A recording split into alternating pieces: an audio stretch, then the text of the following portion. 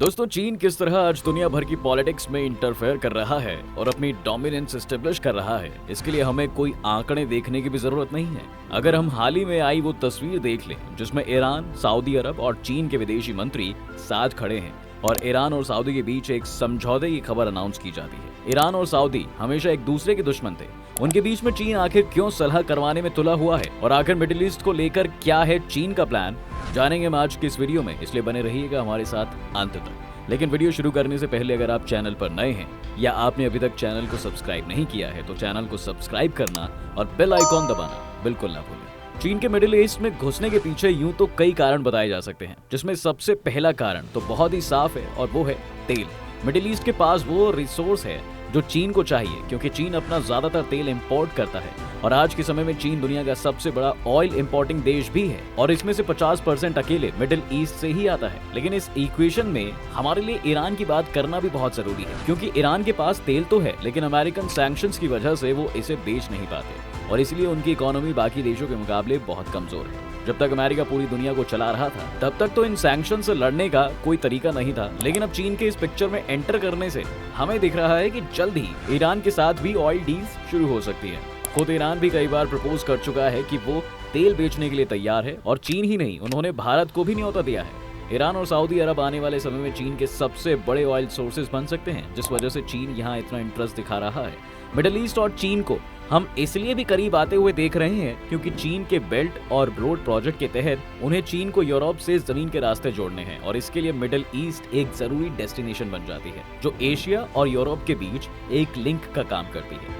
चीन की इस वक्त ये कोशिश है कि वो इस रीजन में अपने अलाइज तैयार कर ले जो किसी भी कॉन्फ्लिक्ट में या तो न्यूट्रल रहें या चीन की तरफ झुके हुए पाए जाएं। इस इलाके में आने की कोशिश चीन ने 2011 से ही शुरू कर दी थी, जब उसने लीबिया में बड़े बड़े ऑपरेशंस चलाकर वहां से लोगों को रेस्क्यू किया। इसके बाद सीरिया और यमन की क्राइसिस में भी चीन ने मध्यस्थता की कोशिश की और ईरान को न्यूक्लियर डील के लिए भी सपोर्ट किया। चीन ने जिबोटी में भी अपना पहला ओवरसीज मिलिट्री बेस भी स्टैब्लिश किया था और अफ्रीका और मिडिल ईस्ट के रीजन में उनके डिप्लोमेटिक एक्टिविटीज काफी बढ़ी हुई नजर आई है। चीन ने अभी तक मिडिल ईस्ट 15 देशों के साथ पार्टनरशिप एग्रीमेंट साइन किए हैं और साथ ही साथ वो अब कई सारी मिडिल ईस्ट कंट्रीज को हथियार भी सप्लाई करने वाला है। लेकिन इस घटना को सिर्फ चीन और मिडिल ईस्ट के लेंस से देखना सिर्फ ठीक नहीं होगा, क्योंकि इसके पीछे एक बड़ी जियोपॉलिटिकल मशीनरी है और बहुत से देश हैं जो चीन से इस वक्त बहुत खफा है। चीन के मिडिल ईस्ट में घुसने का सबसे बड़ा नुकसान इजराइल को होने वाला है, जो इतने सालों में अपनी मिलिट्री माइंड और इंटेलिजेंस सर्विसेज के कारण मिडिल ईस्ट का एक बहुत ही पावरफुल देश बन गया है। और क्योंकि इजराइल अरबों के बीच एक यहूदी देश है, इसलिए उनके बीच की टेंशंस को भी वो धीरे धीरे मिटा रहा है। डोनाल्ड ट्रंप के समय में जब अब्राहम अकॉर्ड साइन किए गए थे तो उसमें सऊदी अरब और इजराइल ने साथ काम करने और इलाके में शांति बनाए रखने के लिए हस्ताक्षर किए थे। इस वक्त इजराइल के लिए सब कुछ अच्छा चल रहा था। अमीर अरब देशों से उनके रिश्ते भी बहुत अच्छे हो रहे थे और दूसरी तरफ ईरान सैंक्शंस की वजह से अलग थलग पड़ा था। उस पर भी इजराइल लगातार हमले करता रहता था, जिससे उनका न्यूक्लियर प्रोग्राम सक्सेसफुल ना हो पाए। पिछला एक साल इजराइल के लिए बिल्कुल भी अच्छा नहीं रहा, क्योंकि पहले रूस और यूक्रेन के युद्ध के बीच में वो फंस गया, क्योंकि वो रूस से अपने रिश्ते नहीं बिगाड़ना चाहते थे।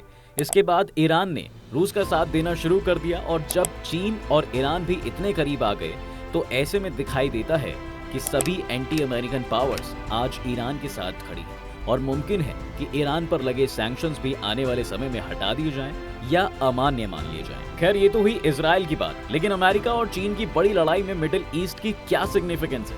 अमेरिका के लिए मिडिल ईस्ट कई वजहों से इंपॉर्टेंट है। अमेरिका ने 1970 के बाद अभी तक मिडिल ईस्ट में एक पावरफुल साइट बनाने के लिए काफी मेहनत की है।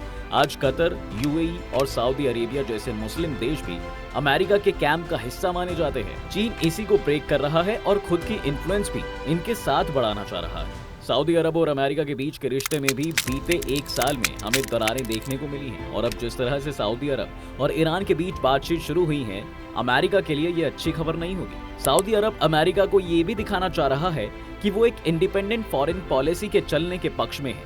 कुछ वक्त पहले तो ये खबर भी आई थी कि हो सकता है सऊदी अरब PRICS ज्वाइन कर ले। दोस्तों, ये खबर भी कोई हल्की खबर नहीं है। इसे सुनते ही अमेरिका कांप गया होगा, क्योंकि अमेरिका की सुपर पावर के पीछे आज सऊदी का बहुत बड़ा हाथ है। सऊदी आज OPEC देशों का हेड है, जो तेल एक्सपोर्ट करते हैं, और इस ग्रुप में सऊदी और अपने बाकी एलाइज के जरिए अमेरिका ऑयल बिजनेसेस पर अपनी पकड़ बनाए है। सिर्फ इतना ही नहीं, ऑयल बिजनेसेस की वजह से ही आज डॉलर एक इंटरनेशनल करेंसी के रूप में इतना पॉपुलर है।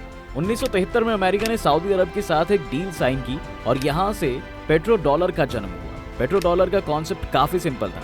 अमेरिका ने सऊदी अरब को इस बात के लिए राजी कर लिया कि वो अपना तेल सिर्फ डॉलर्स में ही बाकी दुनिया को बेचेंगे, और फिर सऊदी अरब के नक्शे कदम पर बाकी देशों को भी तेल डॉलर्स पर ही बेचना पड़ा। इससे एक तरफ मिडिल ईस्ट के देशों को अमेरिका ने वो रिसोर्सेज दिए जिससे वो अपने तेल को एक्सट्रैक्ट कर सके, और साथ ही साथ अमेरिका इन देशों को वेपन सप्लाई करने के लिए भी मान गया, जिस पर उनकी सिक्योरिटी टिकी हुई है। अमेरिका के लिए ये अच्छा हुआ कि इससे डॉलर्स की इंपॉर्टेंस मार्केट में बनी रही, और इसलिए आज तक भी डॉलर इंटरनेशनल करेंसी है, क्योंकि सभी देशों को तेल चाहिए, इसलिए सभी देश अपने पास डॉलर्स भी रखते हैं। इनका एक नुकसान ये था कि सिर्फ अमेरिका ही ऐसा देश है जो डॉलर प्रिंट कर सकता है, और ये जितने चाहे उतने डॉलर प्रिंट कर सकता है। जब भी अमेरिका डॉलर्स प्रिंट करता था तो जो डॉलर्स पहले से मौजूद हैं उनकी कीमत कम हो जाती थी और दुनिया भर में महंगाई बढ़ जाती थी। इसलिए जब वहां के बैंक्स या मार्केट कोलैप्स करते हैं तो हम उसका असर पूरी दुनिया में देखते हैं। चीन बहुत समय से ये कोशिश कर रहा है कि इस सिस्टम को हटाया जाए और डॉलर की जगह युआन को इंटरनेशनल करेंसी बना दिया जाए।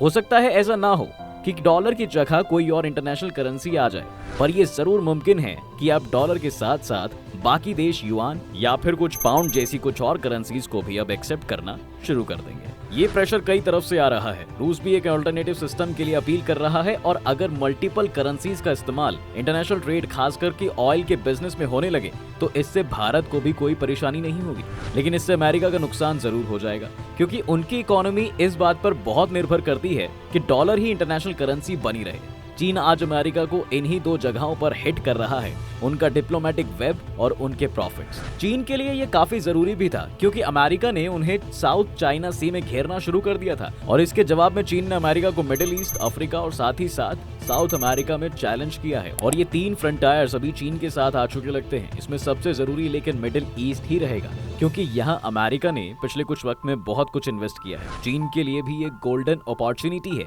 क्योंकि मिडिल ईस्ट के देश अब तेल छोड़कर अपनी इकोनॉमी को टूरिज्म और बाकी सेक्टर्स की मदद से चलाने की कोशिश कर रहे हैं, जिसके लिए बड़े बड़े मेगा प्रोजेक्ट्स प्लान किए गए हैं। इन मेगा प्रोजेक्ट्स के लिए फंड्स चाहिए जो चीन के पास है, और साथ ही चीन के पास वो रॉ मटेरियल्स हैं और कंस्ट्रक्शन कंपनीज भी हैं जिनकी जरूरत इन मेगा प्रोजेक्ट्स में पड़ी। चीन को इस वक्त मिडिल ईस्ट को भी अपनी तरफ झुकाना है, और अगर चीन सिर्फ मिडिल ईस्ट को इतना एम्पावर कर दे कि वो अमेरिका से इंडिपेंडेंट होकर ग्लोबल लेवल पर फैसला ले सके तो फिर भी उनका मकसद पूरा हो जाएगा। आपको क्या लगता है कि चीन और मिडिल ईस्ट के बीच ये दोस्ती क्या भारत पर कोई प्रभाव डालेगी? और अगर इस समय चीन इस रीजन में इतना एक्टिव है तो भारत का अगला कदम क्या होना चाहिए?